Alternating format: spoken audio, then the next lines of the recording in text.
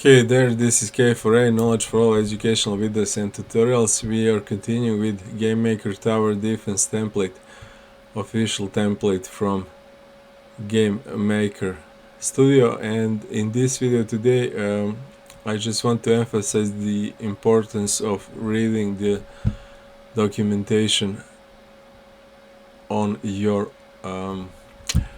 games, game templates, game engines, software application, however you call it, whatever you use to make your own creations. So in previous video we have seen how it's important actually just to test the game, play the game to see do you want to make it at all, or maybe come with some ideas on how to improve it, change it, combine it, ask someone if you, for example, don't know how it's done, or how can you add more features to it. But in this video we are actually going to see some warnings, some kind of help from the guys or guy or girl or whoever made this template. So I've called it read the notes. Again, it's only in this case notes if you're using an Unreal, Unity or any kind of applications. You must check for those and start from those when you want to use something. In when you use game engines or other applications, it's mostly called manual or official documentations. And there was some kind of joke a long time ago. I don't know if it's still on and actual among the younger generations, but the whole idea was when you ask someone who is above you, who is older, or tutoring you, or being your boss, lead, or whatever, he would mostly reply with read the F manual. So RTFM, F as an F word. So read the F manual to understand that what you have just asked me, and you will understand it. It's very easy actually, but it is in a manual which you didn't open at all. So start from it. There are still manuals in applications like Unreal, GameMaker, Unity, whatever you use, and almost nobody still reads them. I try to do that most of the time, and but actually I haven't read them in total. There are some specific areas which I don't use, so I don't read them. But yeah, the whole idea is just start with the basics. In this case, this is like a template, so we don't have to start with the manual maybe, but let's see what those guys who made this whole template, what someone created this. So let's see if they created something else for us. If you click on these notes on this asset browser folder, you can see there is documentation, as I've just said. Maybe you missed it when you downloaded this template and just go straight away to change the code or maybe sprites and started creating zombies and stuff like that. But actually you should start with documentation. So double click to open it, drag to make it bigger, and let me read a couple just notes from it. So you can see it's not very long, it's much shorter than GameMaker manual. So this is documentation for this game here, for this template here. So let's see who made it, how it's made, how to use it, and stuff like that.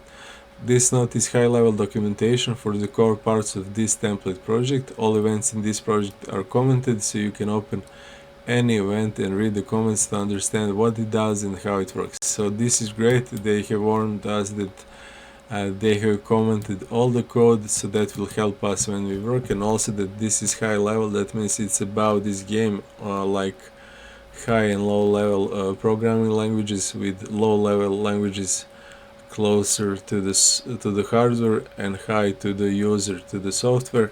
Same goes here. You should start with this and read this to understand how it all works from the highest perspective, from high level.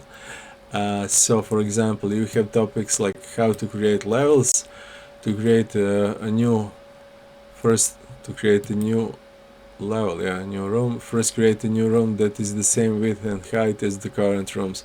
So there I recommend duplicating room level. So they are teaching us how we should click on this room level 1, right click, duplicate to make another one, call it level 2, and then start from that one. That one will have the same width and height, the same resolution, and it will work well, it wouldn't be buggy. So when you, for example, make one level of 80 pixels times 600 pixels, and another 1024, it would change the resolution and look the view for the player, so it can confuse him or make things look weirder, so it's not recommended. But again, they have warned us about that, and also that way we could start with all of these layers, already structured for us, so it's all to save us some time. Then build out level however you want, fences, paths, objects, blah blah blah, obj level. So they describe how to make levels. So this is like great stuff. You don't need to Google it, you don't need to search on YouTube, just start from notes, start from documentations, if there is any. In this case, thankfully there is. How to change variables. So scripts, okay, scripts are only here posted as what they are, where to find them. So I will click on scripts. I have gameplay and wave, okay. Gameplay, this script file contains, it is not explained actually, but if I click on it I will see probably comments as they warned us. So I have comments, so I can read every this green text here and see what piece of code is doing what, which is great. Thanks for that again. Same with objects. I have different objects here, managers, buttons, heads up display, enemies, tower buttons. This is all explained up to some level, not in complete details, because that would take like, for example, I don't know, 500 pages, but this is good enough for start, and also not only good enough but necessary. I would say necessary to read this. So I would recommend and also ask you to do it, to read this if you're going to use this template, not only follow my video tutorials here, because this will make your life easier so much. You will know where is what is doing what, why, and stuff like that, and you will have a great start. You will have much easier development later, and also you can just concentrate, as we have talked in previous video, on only what you need. So for example, if I am a game designer, I want to make new game with this for my portfolio, just testing game, it doesn't have to look perfect. I will use this artwork is great for me. Code also, I don't know how to code, so I will use code as a game designer. So all I have to do is check the rooms, those rooms work, and check how to create new levels. So I don't need to get into code or artwork in details. I can change simple stuff like variables, how to change starting variables, health and money. Okay, here is health, here is money. Okay, I want to start my level 1 with smaller amount of money and smaller amount of health, so I change that, duplicate level, make new one with more and stuff like that. So that's crucial for game designer, and you can start playing with it fast. If you are a programmer coder, you will want to check the scripts and objects, so read those at least. If you are artist for game development, game artist, check what are sprites, if there is some kind of enemies and towers, explanations how they are made or what it's expected from them, and so on. So this is great stuff. And also, yeah, the thing which I would do, most of you probably wouldn't change this at all. I would just make these I will zoom to see better. I will make these this text and these paragraphs in new sentences, like where there is a dot, I would start a new sentence to make this clearer for me to read. So these would be like some kind of bullet points, sequences. Yeah, so these are now for me clearer to see and understand. Rooms, there are 2 rooms, main room and room level 1. So this is much easier for me now to go like this step by step, first, second sentence, third, and so on.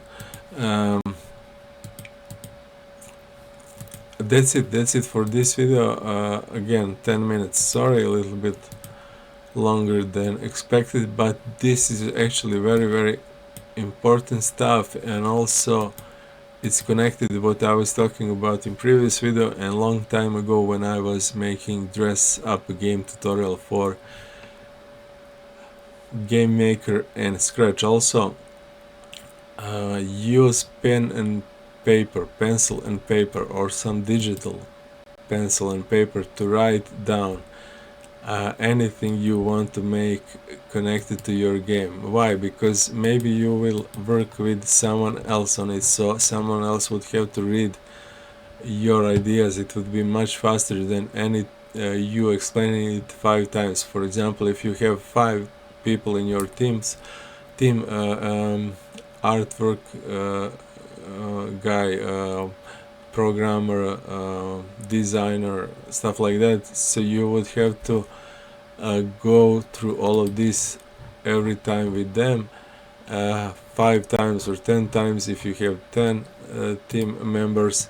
And not only you would have to lose the time to repeat the same stuff to explain them what kind of game you want, not only that, but because later you will change some of this stuff, you would also have to call them and tell them, okay, this is changing and that is not anymore in the game and stuff like that. And all of that is much simpler when it's documented in some kind of game design document, notes like here and stuff like that. So it's not made for nothing. It has a purpose, and actually it speeds up your development a lot. That's it for this video, and thanks for watching. See you in next one. Bye for now.